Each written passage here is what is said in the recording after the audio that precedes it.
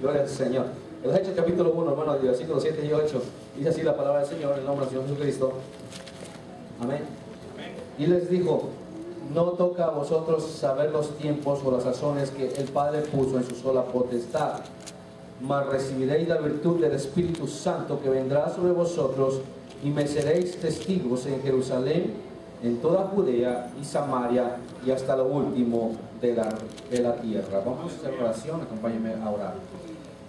Padre, te doy gracias, Señor. Gracias, Señor, porque sé que estás aquí. Gracias porque tú siempre eres fiel.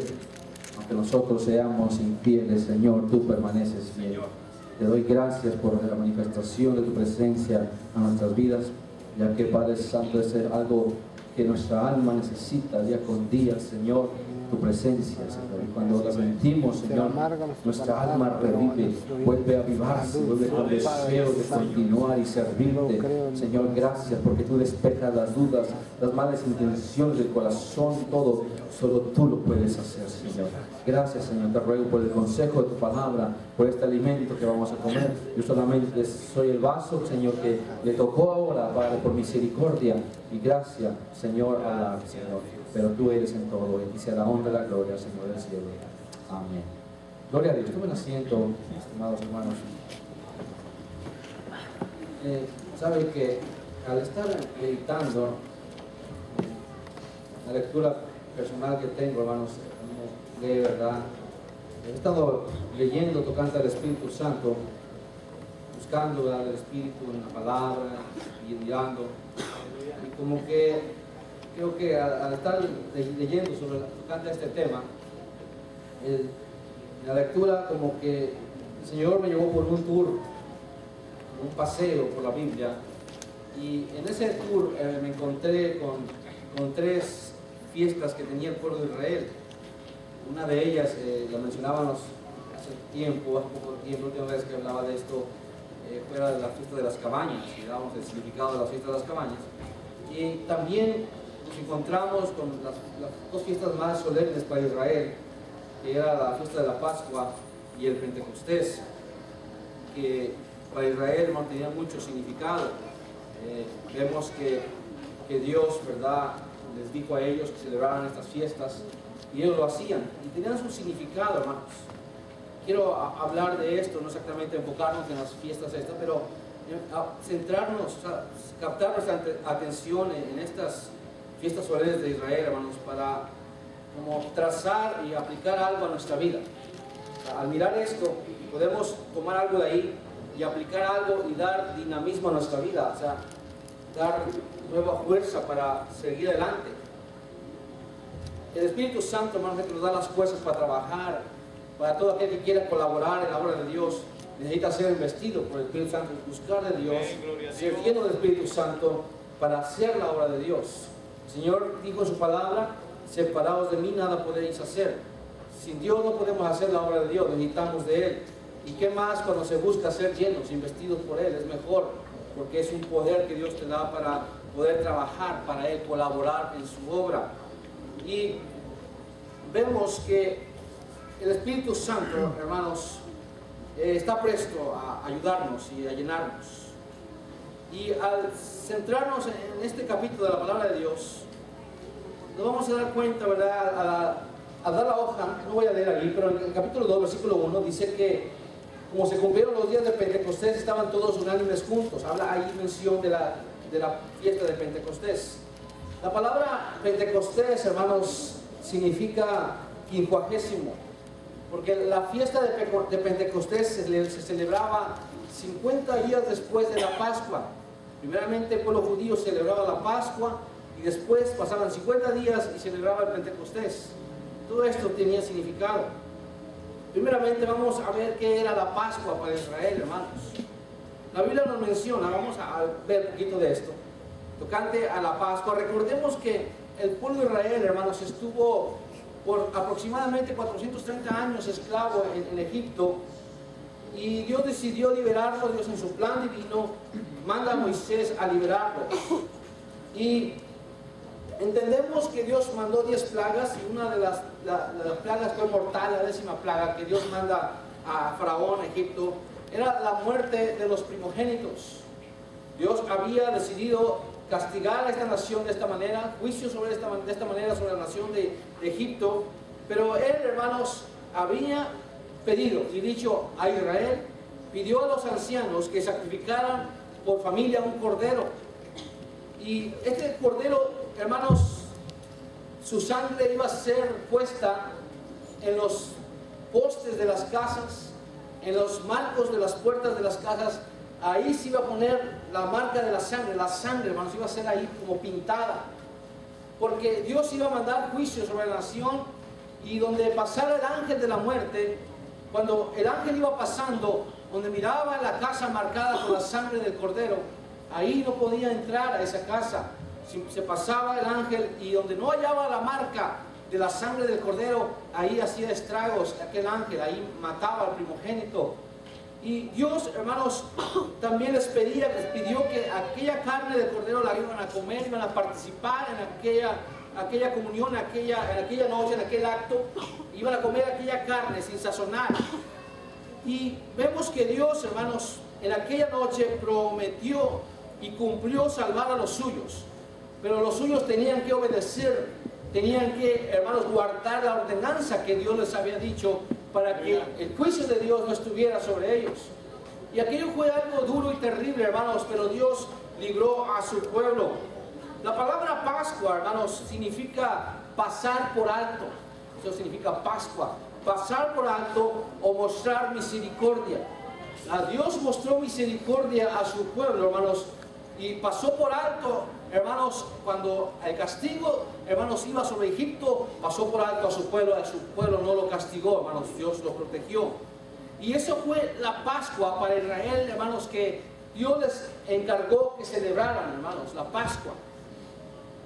Ahora, para nosotros, hermanos, entendemos que Jesucristo, hermanos, es nuestra Pascua.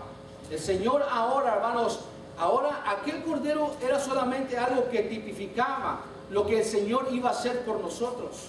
Aquel cordero que se sacrificaba y su sangre era puesta en los dinteles de la casa, estaba tipificando la muerte del Señor Jesucristo en aquella cruz, en aquel madero por nosotros, y aquella sangre derramada por nosotros en la cruz del Calvario, hermanos. Y ahora nosotros, nuestra vida está cubierta por la sangre de Cristo. Aleluya. Le pregunto a usted en esta tarde, ¿su vida está cubierta con la sangre del Cordero? Gloria a Dios. Aleluya. Necesitamos que nuestra vida sea cubierta. Esa cobertura viene cuando tú le entregas tu vida al Señor. Cuando tú te arrepientes del pecado que practicabas o que practicas y te conviertes al Señor ahora a hacer su voluntad. Y como dice la palabra aquí en el libro de los Hechos, en el capítulo 2, versículo 38, dice: y Pedro les dice, arrepentíos y bautícese cada uno de vosotros en el nombre de Jesucristo para perdón de los pecados. Cuando usted hace esa obediencia a la palabra de Dios, usted participa de la palabra de Dios y se entrega al Señor, su vida también viene a ser cubierta por la sangre del Cordero. Y el enemigo no puede tocar su vida.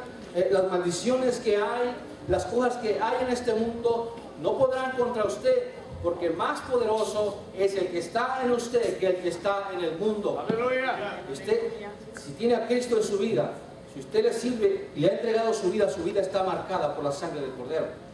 Entonces entendemos que aquello que enseñó Dios a Israel, todo eso estaba tipificando la venida del Señor. Recordemos, hermanos, que dice la palabra de Dios que todo aquello del Antiguo Testamento era la sombra de por lo venir.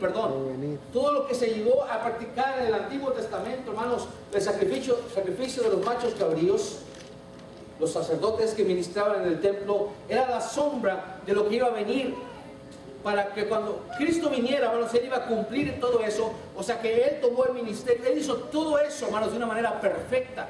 Por ejemplo, antes eran animales los que se sacrificaban por el perdón de los pecados, eran los sustitutos por el pecado, por nuestra vida, era un animal el que lo hacía, pero ahora Cristo lo hizo personalmente, Él murió como cordero.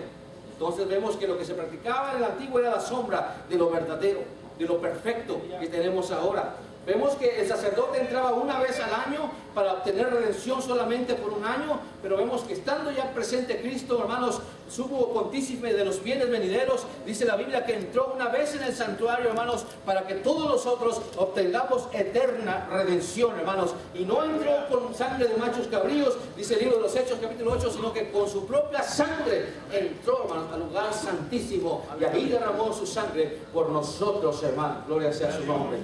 Entonces vemos que ahora lo que Dios ha hecho por nosotros es perfecto. Ahora nosotros tenemos que someternos a Él, obedecer a Él. Creo que nosotros hemos tenido nuestra Pascua, por decirlo así, de esa manera. O sea, hemos tenido nuestro encuentro con Jesucristo, o más bien Cristo nos encontró a nosotros. Él nos halló perdidos.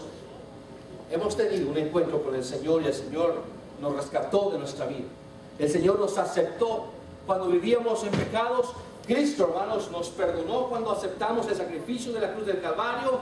Entonces ahora tenemos comunión con Él, hermanos. Ahora el Señor vive en ti. Ahora el Espíritu Santo vive en ti, que es el mismo Dios, está en tu vida. Eres morada del Señor Todopoderoso. Eres morada del templo de Dios. Eres templo del Espíritu Santo. Cristo vive en ti. Diga conmigo, Cristo vive en mí. Cristo vive en mí. Si Cristo no vive en tu vida, Él está tocando las puertas de tu corazón. Él está tocando y quiere entrar en tu casa. Quiere ayudarte con tu familia, quiere ayudarte con tus problemas. Él quiere liberarte. Cristo quiere ser el Señor de tu hogar y de tu vida. Él quiere morar en ti. Si tú no has hecho una decisión por el Señor Jesucristo, ¿por qué no la haces? Ahora decidir al Señor. Dejar el pecado, dejar la maldad y convertirte al Señor. Ahora entendemos que Jesucristo es nuestra Pascua. Ahora nosotros tenemos, hermanos, una relación con Jesucristo, con el Dios mismo Todopoderoso. Entonces entendemos ese punto. Espero que lo haya explicado, que usted haya entendido eso. Pero vemos aquí, hermanos, que el pueblo de Dios, vemos que en la nueva iglesia tuvo un encuentro con el Señor como usted y como yo. Tuvieron la relación con Cristo, aceptaron al Señor, se bautizaron, hermanos, pero no solamente hasta ahí llegó todo. La Biblia menciona, hermanos, en el capítulo 2, donde estaba leyendo, que ellos tuvieron un Pentecostés. ¿Qué era el Pentecostés, hermanos? Vuelvo a repetir, ya vemos que significaba el día 50 después de la Pascua. Después de que se celebraba la fiesta de la Pascua, venía el día de Pentecostés. ¿Qué era eso, hermanos? También se conocía como la fiesta de las semanas, se conocía también como fiesta de las cosechas, como las primicias. Era, hermanos, el comienzo de la cosecha, era cuando la gente levantaba los frutos, hermanos. Iba al campo a cosechar lo que había sembrado y levantaban, hermanos, sus frutos, la cosecha, la bendición, traían ofrenda al Señor, traían el diezmo al Señor de lo que Dios les había bendecido, lo ofrecían al Señor. Era una fiesta maravillosa, hermanos, era la cosecha, hermanos. Era lo que ellos levantaban, los frutos que estaban levantando. ¿Sabe que cuando se trabaja en el campo, se necesita fortaleza para trabajar en el campo? Si usted no tiene fortaleza, si usted está enfermo, no podrá trabajar en el campo porque no va a resistir el calor, no va a resistir el trabajo arduo del campo. Necesita fortaleza para hacer ese trabajo. Y eso tiene mucho que ver, hermanos, en nuestra vida cristiana. Porque cuando nosotros queremos ser trabajadores de Dios, necesitamos las fuerzas para hacer el trabajo del Señor. Necesitamos las fuerzas de lo alto para poder colaborar en el camino y en la obra del Señor.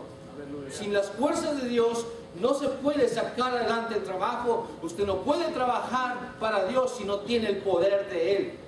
Por eso es necesario entender esto. Si usted quiere trabajar para Dios, necesita el poder de Dios. Necesita buscar de Dios. Llénese de Dios para hacer la obra de Dios.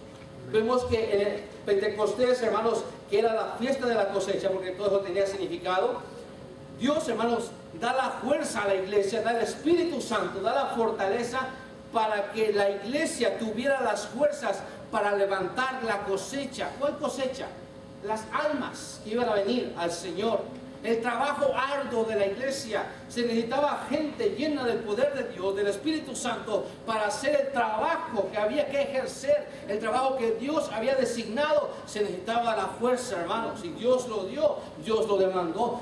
La iglesia lo pidió, Dios lo dio. Porque, hermanos, necesitamos pedir de Dios, de su poder para hacer su trabajo, como la iglesia fue llena, la iglesia primitiva. Nosotros también podemos ser llenos y hay que buscar esa llenura de Dios, gloria sea al Señor, Aleluya. para llevar a cabo el trabajo del campo, gloria al Señor. Había tres cosas importantes en una cosecha que los tocantes, como lo hacía Israel. Aquí en el capítulo 1, versículo 8, vemos que aquí dice algo que es paralelo, hermanos, con lo que el pueblo de Israel hacía cuando cosechaba. Dice aquí el versículo 8, dice: mas recibiréis la virtud del Espíritu Santo que vendrá sobre vosotros, y me seréis testigos en Jerusalén, en toda Judea y Samaria, y hasta lo último de la tierra. En las fiestas de la cosecha, hermanos, cuando Dios mandaba al pueblo a hacer estas fiestas solemnes, una cosa ordenó al pueblo, era esto: tres cosas importantes.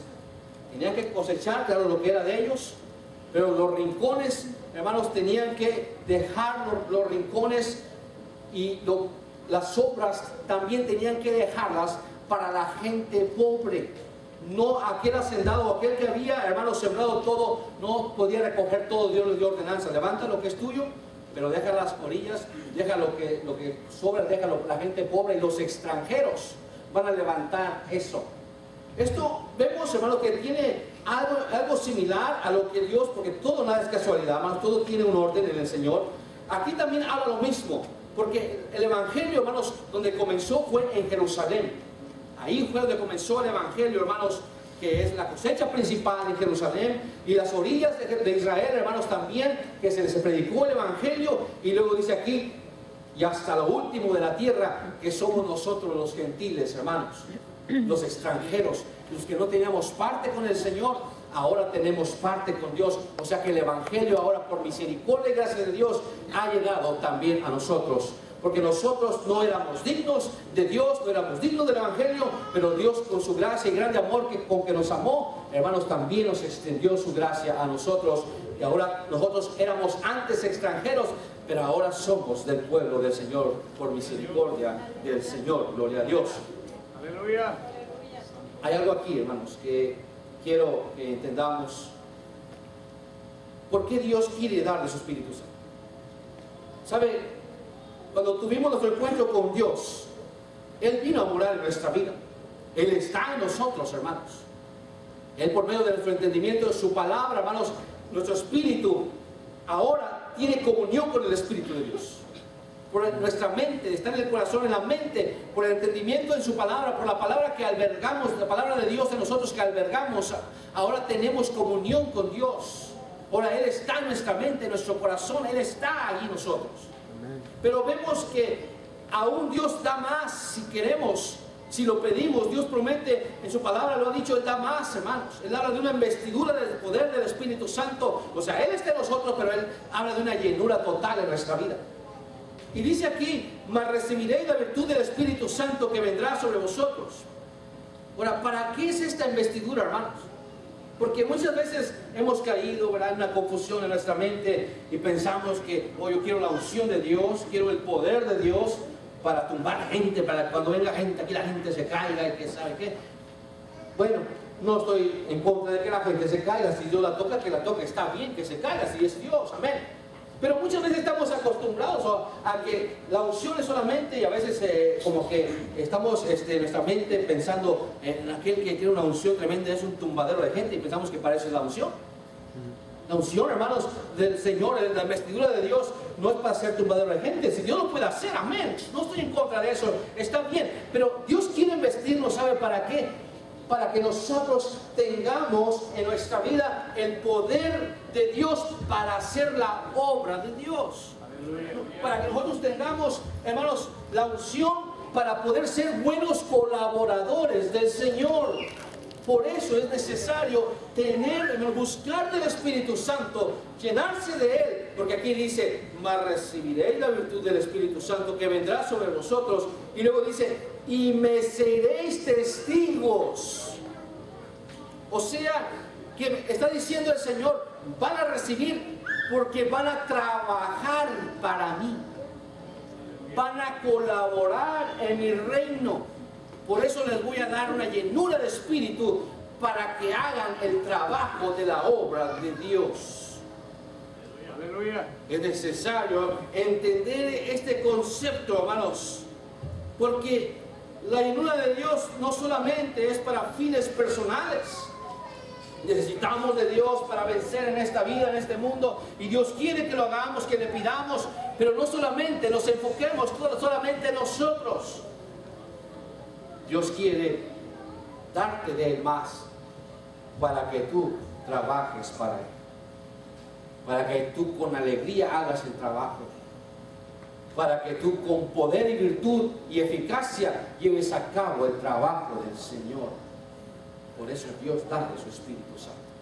Por eso Dios derrama y quiere derramarlo para que usted que participa en el camino del Señor y trabaja, usted tenga el poder para contrarrestar al mismo Satanás. Porque el diablo, cuando tú miras, cuando él mira que tú estás trabajando y quieres trabajar para Dios, hermanos, se lanza contra ti. Pero si tú tienes el poder de Dios, no tendrás temor, porque sabes que el más poderoso es el que estás tú sirviendo, que es el diablo. Eso no te va a quitar el sueño, porque tú entiendes a quién estás sirviendo. Tú sabes quién es Dios, tú tienes el poder, y aunque el enemigo se venga y se abalance contra ti, no podrá hacerte daño, porque Dios está contigo. Entonces, dice el Señor: mas recibiréis la virtud del Espíritu Santo, que vendrá sobre vosotros, y me seréis testigos. Dios nos da de su Espíritu Santo el poder. Dios quiere que lo busquemos para testificar del amor de Dios a aquellos que están en tinieblas, aquellos que no han conocido al Señor. Dios quiere que te llene de su poder para que tú le hables del amor de Él mismo, del Señor, a la gente.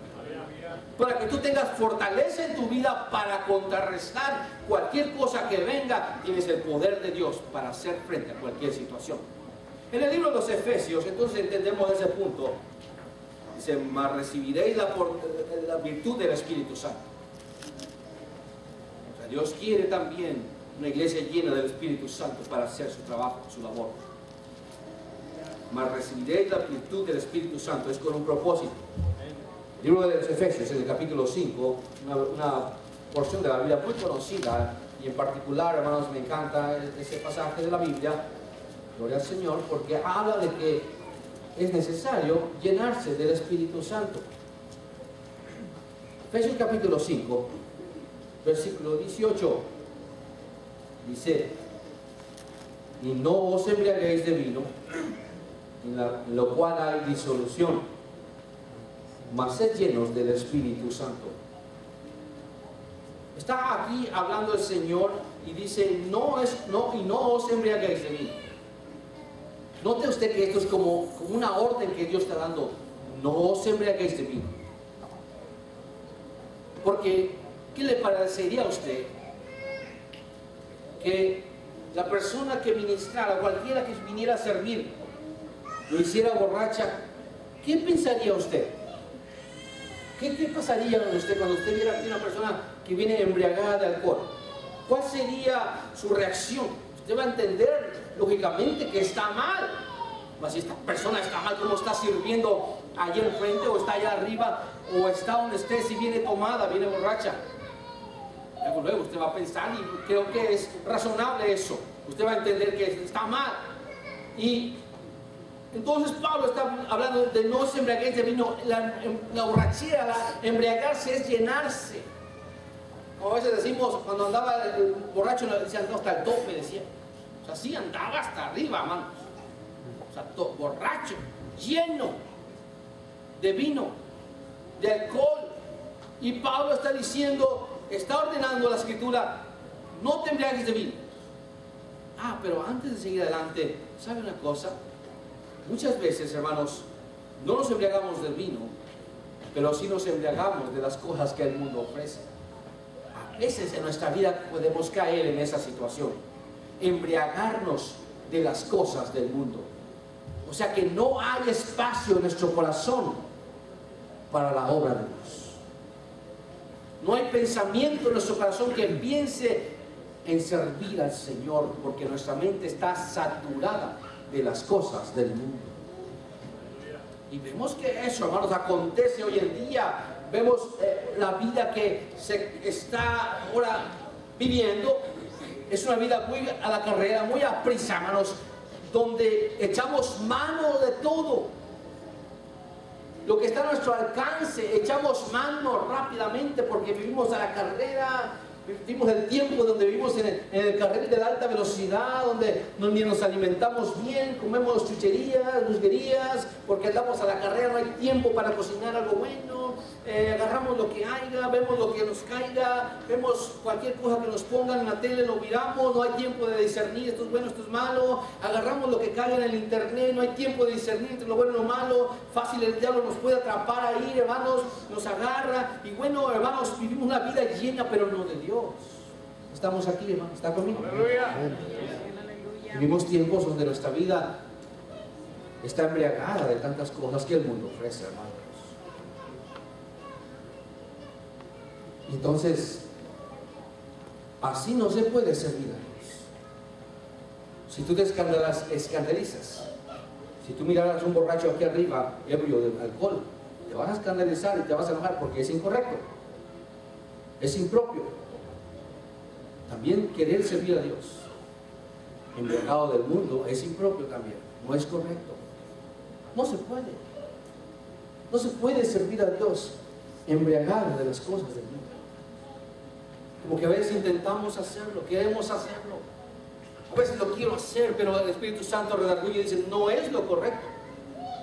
No es correcto querer servirme embriagado del mundo. Tienes que hacer una decisión y tienes que hacer espacio para mí en tu vida. Vuelvo a repetir. Tienes que hacer una decisión y hacer un espacio en tu vida para Dios. Hermano, quiero servir a Dios. Amén. Dios quiere que lo sirvas. Amén. Las solicitudes son amplias. Hay muchas aplicaciones. Pero hay requisitos que Dios pone. Dios pone requisitos para servir. Y Dios dice, no puedes servir a dos señores. Ponme a mí en primer lugar y yo te doy lo que necesitas. Búscame a mí y yo te doy. Todo el oro y la plata es mía, yo te lo doy. En mí está la felicidad, está la paz. Yo tengo todo, pero ponme a mí en primer lugar y lo demás te lo voy a dar. Pero a veces no es esto nuestro concepto en nuestra vida cristiana. A veces vivimos con un concepto de buscar las cosas que necesitamos y si sobra tiempo, le doy tiempo a Dios. O sea que a veces nuestra vida cristiana no es responsable. Creo yo, hermanos, que entendemos que a Dios tenemos que servirle con responsabilidad. Dios no quiere gente irresponsable en su servicio, hermanos. Dios quiere gente responsable que le sirva a Él. Yo no creo que haya aquí ustedes, hermanos o hermanas, que trabajan duramente, arduamente. Yo no creo que ustedes sean irresponsables en sus trabajos. Yo no creo, hermanos, que ustedes sean irresponsables varones en sus trabajos. Yo creo que somos responsables en nuestro trabajo. Amén. Llegamos puntuales.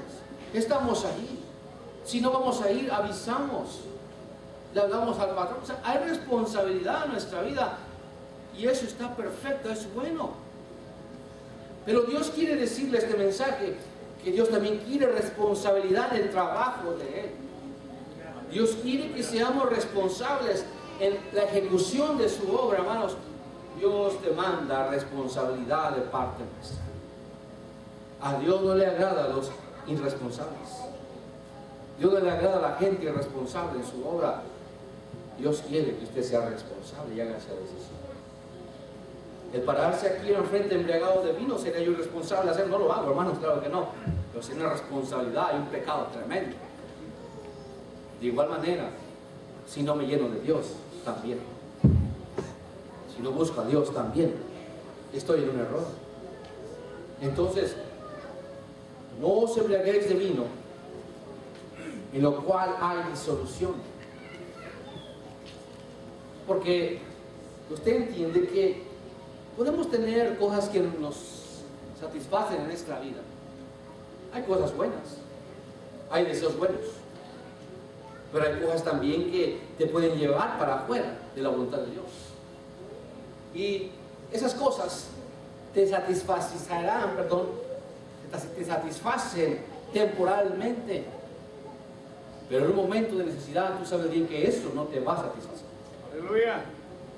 Solo Dios. Yo le decía anoche a los jóvenes, estaba predicando, les decía, quizás ustedes están siempre pegados a la computadora, al computador, al internet, a los teléfonos. Y yo les decía esto, jóvenes, pero si Dios permitiera que ustedes llegaran en un momento al punto de la muerte, al borde de la muerte, les pregunto, ¿el internet los va a sacar adelante? O ya están muriendo, están ahí agonizando. A ver, tráigame el internet porque voy a ver Facebook a mis amigos. Estoy muriendo siempre a mis amigos para que me echen la mano. Sí, está bien que oren por ti, amén, vas a pedir, pero tú sabes bien que eso no te va a sacar adelante. ¿Qué es lo que te va a sacar adelante? No es el poder de Dios. No es Dios el que te va a levantar de la muerte. Dios está en dar la vida o quitarla.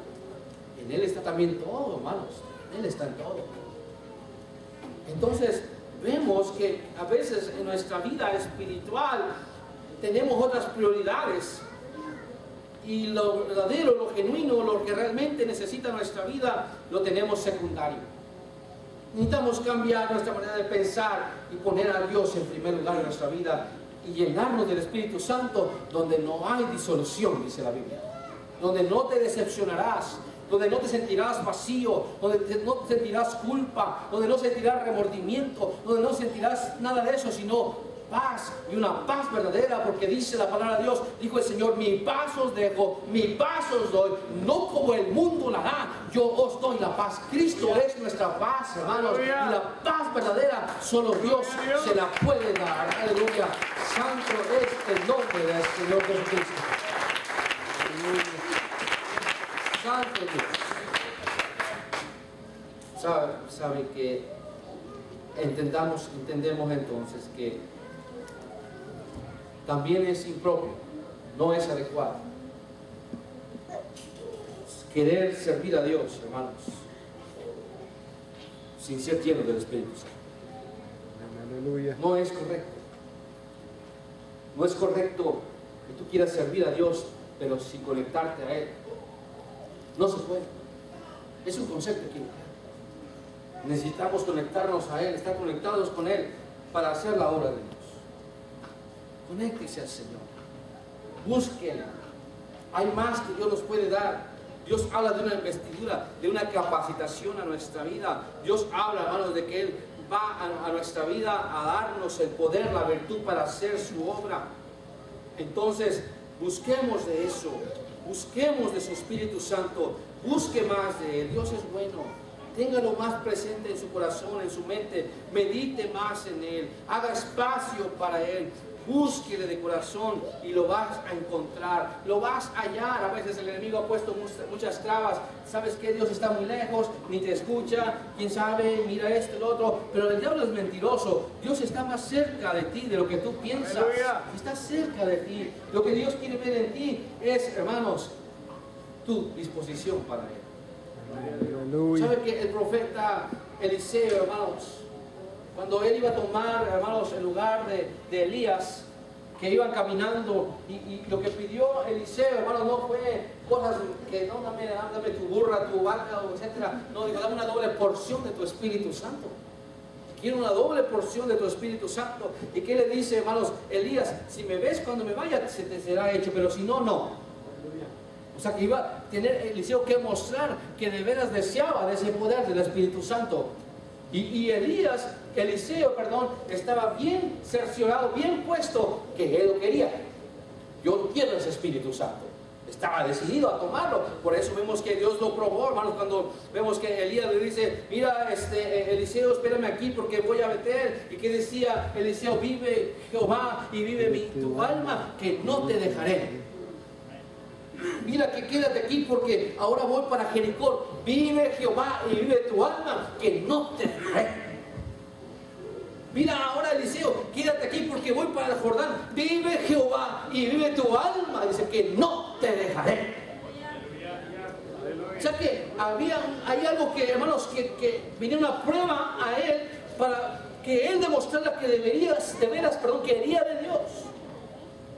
Y Eliseo estaba puesto a recibir de Dios la doble porción que había pedido. Y él perseveró, hermanos, y no se le despegaba a su maestro, no se le despegaba, y allí iba, hermanos, junto a él, pues rápido, estaba atento, porque muchas veces el diablo te va a distraer para que no busques de Dios. La palabra distraer también quiere decir afán. Afán y distraer es lo mismo. Pero cuando el Señor decía, no se afanen, está diciendo, no se distraigan. Y muchas cosas hay que nos distraen en nuestra vida personal cristiana. Como que le había dado un ejemplo a un hermano que predica aquí, y pone esta ilustración y es algo verdadero. Decía que cuando vamos por la interestatal, por el camino 35, por la carretera, autopista, de repente usted ve que todo el tráfico se para y se va parando y va haciendo alto, se va, y uno piensa es un accidente. Y ya cuando vamos llegando al lugar de los hechos, nos damos cuenta que el accidente no estaba en el carril donde nosotros vamos, o en el camino nosotros vamos, y no está en el opuesto, en el que va para el sur, y nosotros íbamos para el norte. Pero ¿por qué los carros se van parando? Porque se van distrayendo. O sea, va uno manejando y está con la curiosidad, ¿verdad? A ver qué pasó, está tirado al ratito, a ver qué, ¿verdad? Y ya reduces la velocidad. Te distraes, aunque no estaba en tu camino aquello, pero ya te distraíste y afectó el tráfico que viene atrás de ti. En nuestra vida cristiana, así el diablo nos distrae para que no recibamos de Dios. Nos distrae en nuestra mente. A veces yo he experimentado, estoy orando, buscando de Dios, y de repente me viene a la mente, tienes que pagar este bill. Porque exactamente cuando estoy buscando de Dios, porque el diablo sí te va a distraer. De repente la mente te manda dardos de juego, mira aquello.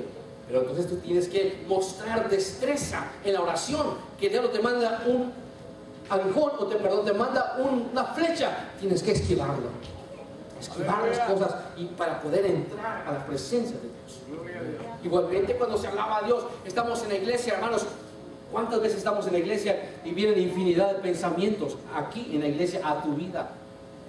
Estás aquí, vamos a alabar a Dios. Tú sabes bien que al alabar a Dios vas a entrar en la presencia de Dios, como Dios nos bendijo en esta tarde.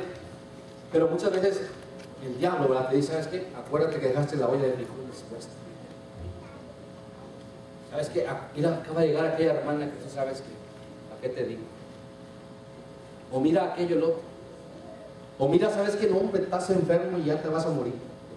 Y así, hermano, el diablo te manda muchos dardos de fuego para distraerte, porque sabe bien que Dios va a obrar en tu vida, que Dios va a hacer algo en tu vida. ¿Cuántas veces nos distraemos? Y fue lo que aquí quería pasar, hermanos, pero Eliseo no se distrajo. Eliseo fue de una decisión firme a recibir lo que Dios tenía para él, hermanos. Y vemos que cuando pasa un carro de fuego, la Biblia no dice que Elías se fue en el carro de fuego, dice que se fue en un torbellino, pero un carro pasó en medio. Pero aún así, hermano, Eliseo estaba atento, ni aquel carro lo distrajo, y él, hermano, arrebató el manto, hermano, de su Señor, y recibió, hermanos, lo que él estaba buscando, y lo comprobó, porque cuando iba a regresar al río para pasarlo, hermanos, golpeó aquello con aquel manto, y el río se abrió, hermano, el río se secó, y demostró, y aquellos que estaban viendo le dijeron, reposa el Espíritu Santo de Dios sobre este hombre también. Para trabajar para Dios necesitamos ser llenos del poder de Dios. En esta tarde, hermanos, y la Biblia dice, no os embriaguéis de vino, en lo cual hay disolución, mas sed llenos del Espíritu Santo. ¿Sabe que? Ya voy a concluir. Muchas veces se hace el llamado, Dios pone que se haga el llamado, vas a orar. Si estás cansado, vente, vamos a orar por ti. Estás agobiado, vente, vamos a orar. Y animamos. Dios pone eso. Véngase, está cargado, véngase, vamos a orar. Vienes caído, desanimado, véngase, vamos a orar. Pero se da cuenta que analicemos que nuestra vida espiritual, vivimos nuestra vida cristiana con muchas aflicciones. Es cierto que hay aflicciones, sí, pero como que a veces, como que la vida cristiana se nos hace un peso terrible. El Señor dijo en su palabra, dice que su yugo no era pesado, era ligera su yugo. Pero como que a veces el pueblo sufre mucho, batalla bastante para servir a Dios. Hay falta de ánimo para Dios. No hay la devoción que Dios desea de nosotros.